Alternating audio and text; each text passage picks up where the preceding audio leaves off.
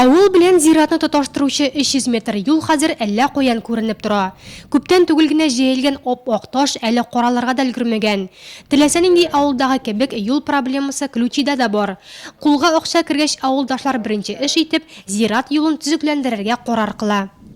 Юлсыз инде бигрәк кыен иде. Яңгыр ява, анда бара алмыйсың, я машина йөрәлми, я бер нәрсә йөрәлми анда. Җәяү барабыз, күтәреп барабыз. Менә бу юл булганда бигрәк шәп булды. Өченче көнне менә мәйет күмергә бардык без. Менә шул яңа юлда йөрдек. Бигрәк шәп булды, яхшы юл. Юл грант акчасына төзелгән. Поселокның территориаль иҗтимагый үзидарәсе республика күләмендә үткәрелгән конкурста катнашып, 400 мең сум грантка ия була. Шуның 300 меңе юлга китә. Калганына зират кыймасын төзекләндерәләр. Ләкин бу акча гына аз булып чыга. Бу зиратка 12 ел монда эшләп килә ул.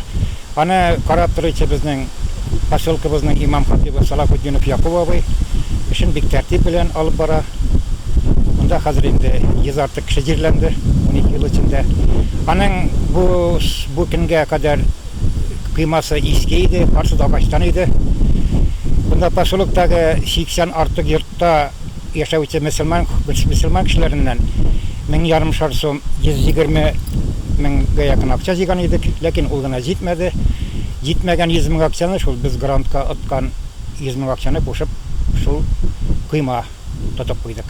Яшел тимердән эшләнгән 600 метр койма авыл халкы бердән булып алынгач, нәтиҗәсе дә озак көттерми шул. Территориаль иҗтимагый үзидарә өстенә куелган чираттагы максат урамнарны яктырту.